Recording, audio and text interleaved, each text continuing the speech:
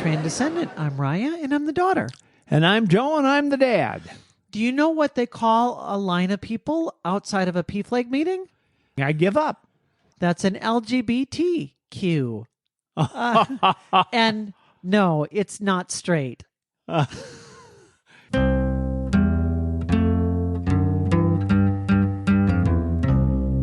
find that people that don't know a lot of LGBTQ plus people kind of lump everything together and assume, well, a guy that is attracted to men probably wants to be a woman, and it's all the same motivation. But once you meet people, you discover every one of us is not quite straight in a different sort of way. And so the way that a gay man is not straight is different from how I'm not straight as a transgender woman, and which is different than how many other people are going to be not straight. Every one of us has a different way of working with all of these different categories. We're talking about the difference between gender identity and sexual orientation today. This is going to help you to be more supportive instead of assuming when somebody tells you that they're gay or lesbian or maybe bisexual or transgender, and assuming that it's all part of the same thing, to recognize how this can be part of one of any number of different concepts. Well, you started out by saying you're going to be talking about gender, sexual orientation. I didn't think that was one thing. I thought there was three things. Well, it's probably even more than three things. So you could talk about the difference, first of all, between sex and gender. And sometimes we'll say that sex is what's between your legs and gender is what's between your ears. I might say more gender identity is what's between your ears. It's how you feel inside about how you relate to all of these things. And gender is kind of all of the social things that we put on top of sex. So sex is really what parts you were born with and whether or not you produce the egg or the sperm. And you can't really change that. Science hasn't figured out a way to change which reproductive role you have.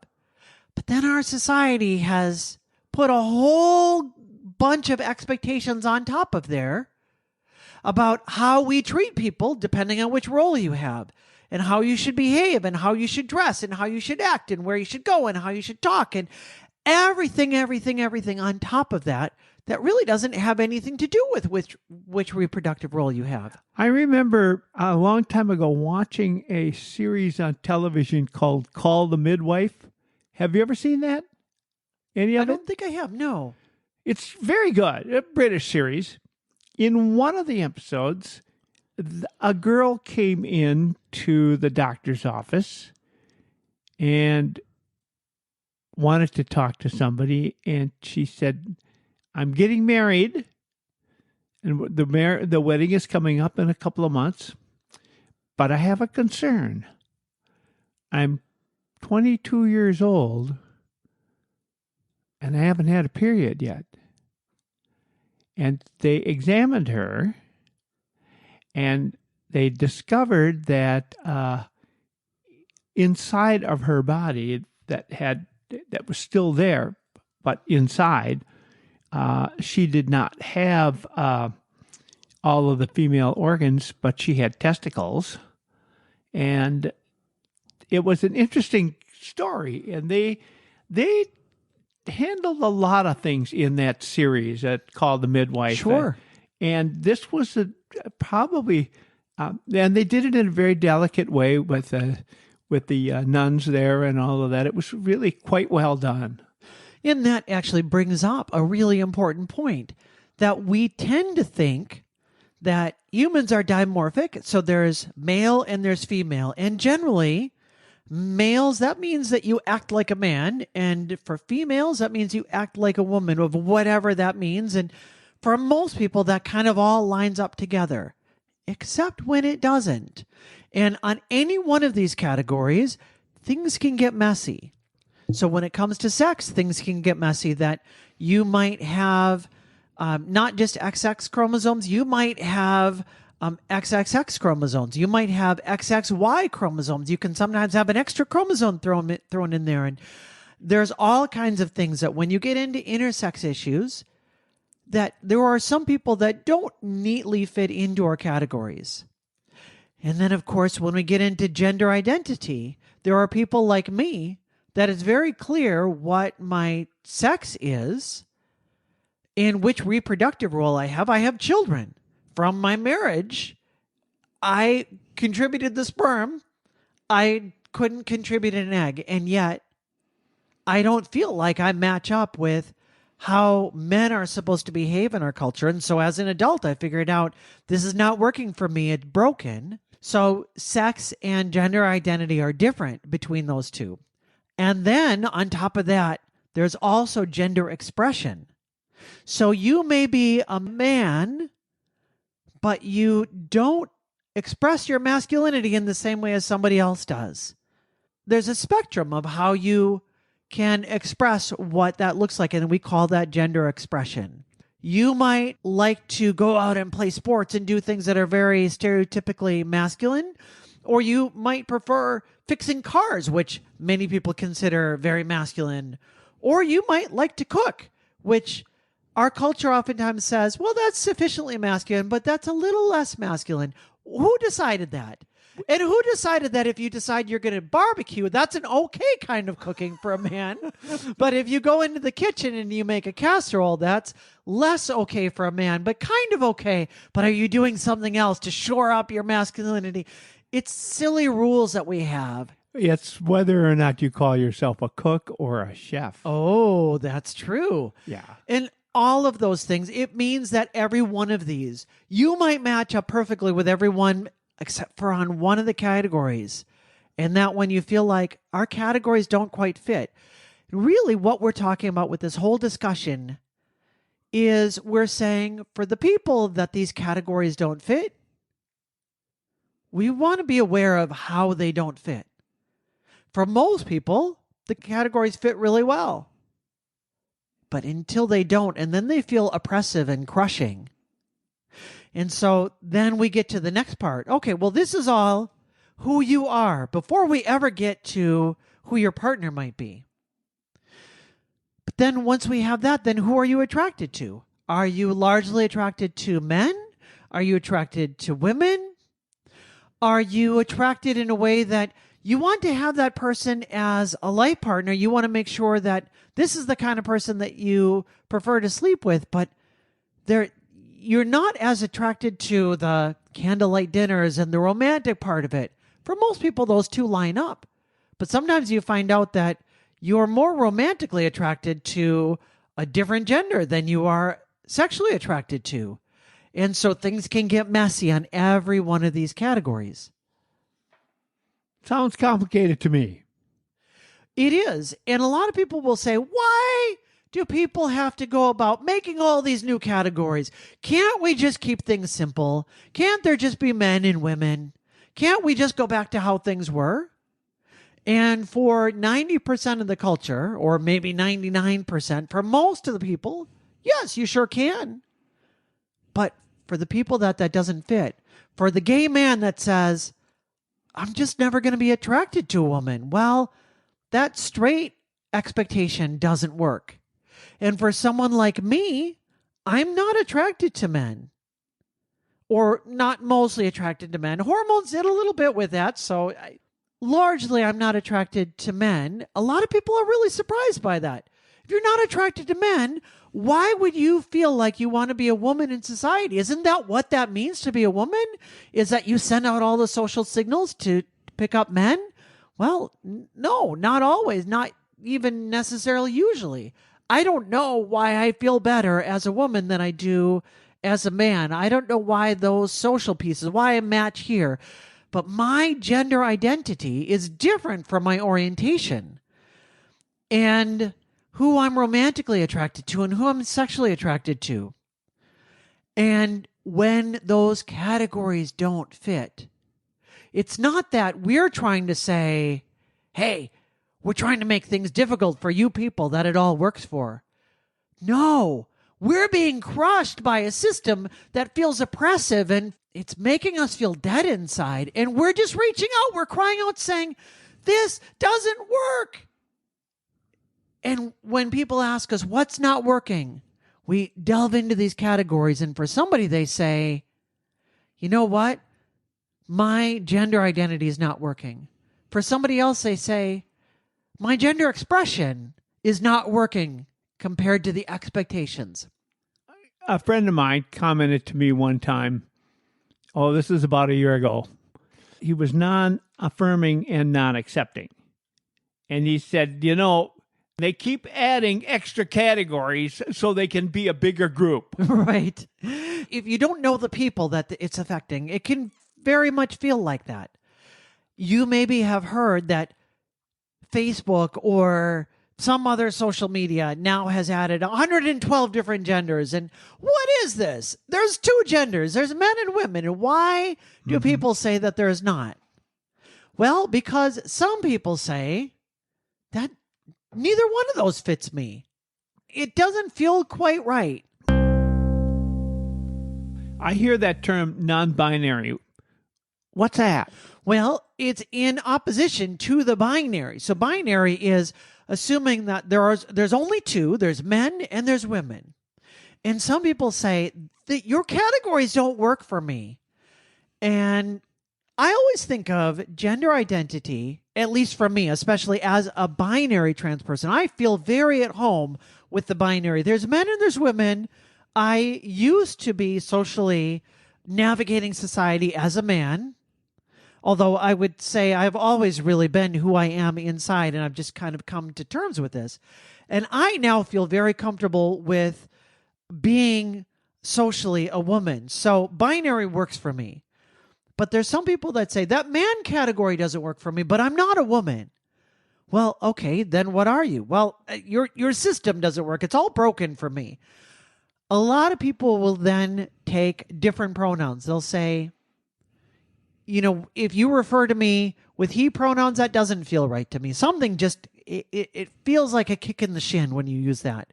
But it also feels like a kick in the shin when you call me she. Neither one of those feel right. Now, in the English language, we don't have a very easy way to talk about people that are not fitting into one of those categories unless we don't know who they are.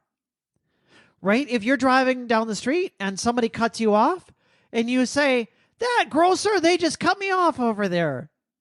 Well, you're not thinking that that's more than one person driving that car. Right. You know that that's one person, but you don't know if that person is he or she, so you call them they. I remember one person said, I don't like using they pronouns for a single person. If I don't know somebody's gender, I just call them he or she. And you stop and you say, what did you just say? I just call them he or she. You call who? Them. We instinctively know that it's okay to call somebody they when we don't know who they are. But for some reason, we think we got all bent out of shape as soon as we know who the person is. So my friend Varen uses they, them pronouns. If I say, I went down to meet Varen last week and they showed me their ukulele. It might seem a little strange at first, but as soon as you recognize that they're non-binary and they use they, them pronouns, it's no different than talking about somebody that you don't know. So, okay, so we know about non-binary. Now, I hear this term too. What's this gender queer? This is another way of talking about people that say these categories don't fit me. So when it comes to gender identity, and this is stepping out a little bit out of my lane because I feel very comfortable with the categories that we've been given. So society says, here's what men are like, here's what women are like. And when I turned 40, realized I really hate all of the things that men are given to do, but I really like all of the things that women are given to do. I'm going to take that other one. But a lot of people I've met have said that none of your categories are working for me. And so they might choose non-binary, but they might say, here's my way. And again, they're not trying to make up a new thing. They're just trying to describe how they feel on the inside. And a lot of people have said, even non-binary doesn't quite work or it doesn't totally fit. So all I know is that I'm queer. But I'm not queer in the way that, say, we used to talk about queer people in the 70s and the 80s, that queer people really meant that you were gay or you were lesbian. You were attracted to the wrong person. You were, quote unquote, the wrong person. You're a man attracted to men. This is somebody that says, I was assigned female at birth and I'm attracted to men, maybe, or maybe the other way around, whatever. You're assigned male at birth and I'm attracted to, quote unquote, the right people. But I feel like these categories don't fit me, but not in terms of who I'm attracted to. It's more in terms of how I feel inside. And so that person might say, I'm queer, but I'm not queer in terms of my orientation. I'm queer in terms of my gender. All right, let me ask you this. Is transgender the same as transsexual? Are they interchangeable? Well, no, they're not entirely interchangeable, although oftentimes we mean similar things. Transgender is a much larger category, and it really means anybody that has moved out of that gender category that they were given to start with, that they were assigned at birth. So that might mean a non-binary person will oftentimes identify as transgender, although many times they won't as well. So again, these are categories that are given to you as an individual to figure out yourself. We give you these categories so you can say, this feels like who I am. Many people feel very comfortable saying, I am transing my gender. Who I was assigned is not who I am. So somebody that's genderqueer is not fully crossing over, is not a different sex, is not getting operations necessarily, is not going through all of these things, but yet says the gender part isn't right. So transgender is a much larger category. Transsexual, on the other hand, is a word that has largely fallen out of fashion. Most trans folks don't use that term transsexual any longer. However, there are still some people that feels like a really good term. And so if somebody identifies themselves as transsexual, then you can continue to use that term for them because that's what they prefer. So if somebody defines you as that way, would you find that offensive? I wouldn't find it offensive, but I would say, that's kind of an older style term. It's not one that we really use anymore. And probably my biggest issue with it is it kind of carries with it the idea that you've had the surgery. We did a whole episode on the surgery and what kind of surgeries you can have. But those surgeries are really expensive. They're really invasive. And I would say if you're transgender and you can get away and feel good about yourself without getting those surgeries, you should absolutely not get surgeries. Let's not get these difficult surgeries if you don't need them. Just like you wouldn't have heart surgery if you don't need it. But if you do need it, it's good to have it. Transsexual generally means you're probably somebody that either has had or wants to have the surgery. I'm Chuck Reynolds, and I started listening to Transcendent because Joe is my friend. I keep listening because I have friends, colleagues, and family members who are part of the LGBTQ community, and I want to better understand their struggles and perspectives. I have become a supporter because I believe Joe and Raya are truly helping to preserve relationships and save lives. Join me in supporting Transcendent. Just go to transcendent.com, click on support, and select the amount you'd like to give each month. It can be as little as $3, and you can cancel at any time. Now, there's another term, and this one I have no clue. Pansexual. Okay, pansexual is talking about orientation. So we all understand with orientation that you have gay and you have lesbian, but then you have some people that are bisexual. So I'm attracted to both men and women. But then what happens when we introduce transgender, non-binary, genderqueer people to the mix? There are some people whose orientation is really drawn to the people that mess with gender, that are genderqueer, to a man that defies all of those gender expectations, or a woman who is very masculine. There are some people that playing around with gender categories is very attractive. And then there's some people that's attracted to really everybody. So whether you're a man or you're a woman or you're non-binary or whatever, that would be pansexual. So pan just means all. Oh, It comes from the Greek. So we talk about pan. Oh, I don't know. There's lots of words that have pan in it. I can't think of one right now. pandemic. The pandemic, yes, or pantheistic means that you have lots of gods. You have all kinds of gods. Pan, there's lots of kinds of pan. So pan just means lots of or all kinds of. So you're attracted to all kinds of gender. So it's very similar to bisexual. Now that we have all of these different categories, by and large, the difference between these has come to mean, although you can pick whatever term feels right for yourself. And some people will pick different terms. Some will say, I'm both bisexual and pansexual. Both of those feel right to me. But by and large, it's come to mean somebody that identifies as bisexual is attracted to men for their masculinity and attracted to women for their femininity. Whereas somebody that's pansexual is just attracted to people for who they are as a person, and gender doesn't really play much into it. Well, since we started this podcast, I've learned very quickly that I am called cisgender. But I'm not even sure what it means. And is it a good word or is it a bad word? Am I supposed to take offense to that, or am I supposed to accept it? And how do you feel about that? Well, so going back again to those Latin and Greek roots, so trans means to cross over. So like you cross over the river, or the transcontinental railroad. It goes from one side of the continent all to the other, right? The opposite of that term is cis. It's spelled C-I-S, and it means staying on this side of. And so when you're getting into transgender discourse among trans people, we need a way to talk about the people that are not transgender in a way that doesn't make us feel ostracized. Now, you might think you would talk about, well, then there's transgender women, and then there's, what do we call the women that are not transgender? Do we call them normal women? Well, I hope we wouldn't, because I would like to think that I myself am a normal woman.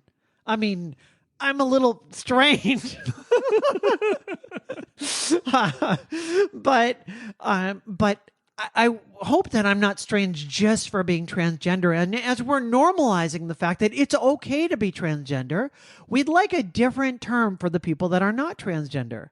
So the word that the community has largely settled upon is the word going back to that ancient root. The opposite of trans is cis, C-I-S. So cisgender means somebody that stays on this side of gender.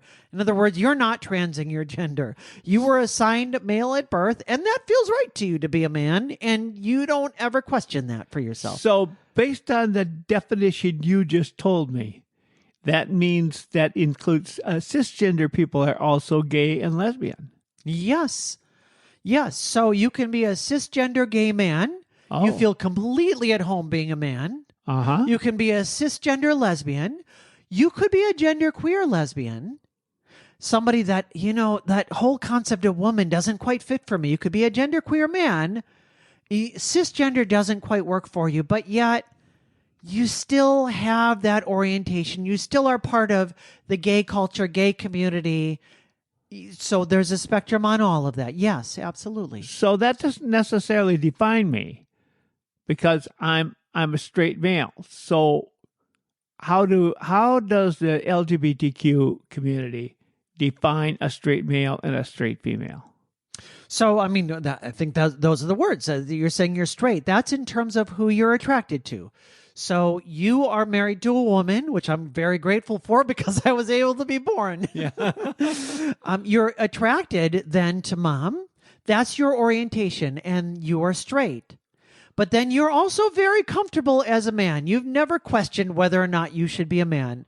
And that means that you are cisgender. You are a cisgender straight man. It means that you line up. And for the people that do line up with what you're given, which is most of society, all those categories work. But for someone like me, they don't. And that's why I'm transgender. And then orientation can get a little messy when you start to mess with gender. So for me, I'm transgender. So I feel much more comfortable as a woman, but I'm attracted to women. So that makes me no longer straight. If I walk down the street with my girlfriend or my wife and we're holding hands, we experience all of the same discrimination that any lesbian couple would face if they were in the same situation. And so that's where you can see orientation and gender identity are different. Why is it important that when we meet someone who is transgender, that we make sure we use the correct pronouns, or people who have concerns about pronouns? Why is that an important thing? I mean, it seems to be a really big deal. It is a huge deal. And it's because we're conveying that sense of information of which category do you fall into.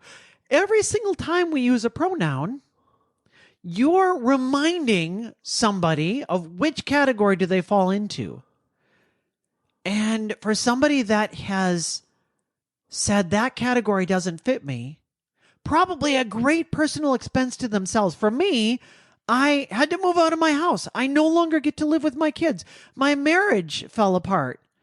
I had to change my whole relationship with the church that I was a part of. I had all kinds of social things that happened to me. The cost was huge in order for me to be who I am.